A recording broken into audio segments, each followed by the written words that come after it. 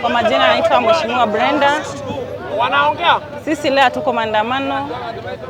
Hata kama ni maandamano, tuko maandamano ya amani kuwalilia wenzetu ambao walifariki last week, ambao walipigwa marisasi. Na kwa zile familia ambazo zilipoteza wapenzi wao, tunawaambia pole. Vumilia, tuko pamoja kwa huu mzipa. Na kwa serikali kuu tunawaomba wakati wa maandamano acha kutumia marisasi kuua wenzetu. It's allowed in the kwa katiba. Tafadhali acha watu wa mourn kwa amani. Kama saa hii wote tu wenye wamoni vile wanamoni, hatutaki kurushiwa tiaga asema kufanya nini. Tunaomboleza wenzetu. We are very bitter, we are not happy at all.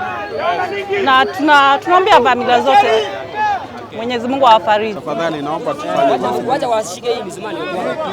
Uchunge usichome mtoto tafadhali.